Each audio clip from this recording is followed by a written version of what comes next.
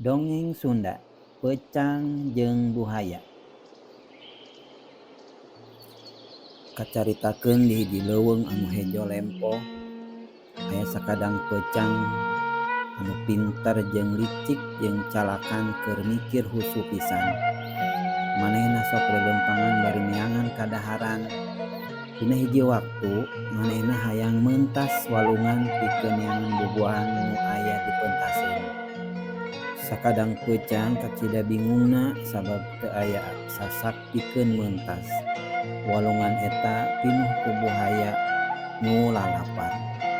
Lamun asal meuntas tangtu bakal jadi santapan manehna.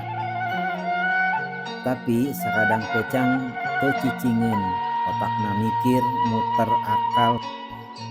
Sakadang pecang nyampeurkeun buhaya sarta nyarita. Sakadang buhaya, kuring diutus ka raja leuweung pikeun ngitung sabaraha buhaya nu aya di ieu walungan, cek si Kancil. Atuh para buhaya teh panasaran sarta ngarambang dina cai, bari sraket sangkan. Geus kitu mah sakadang pecang atoheun tuluy lumpat ngalewatan tongon buhaya hiji-hiji nepi ka peuntaseun walungan. Unggal ngalengtah manehna nyarita. 1, 2, 3 nepi ka akhir manehna nepi ka peuntas bari jeung seuri.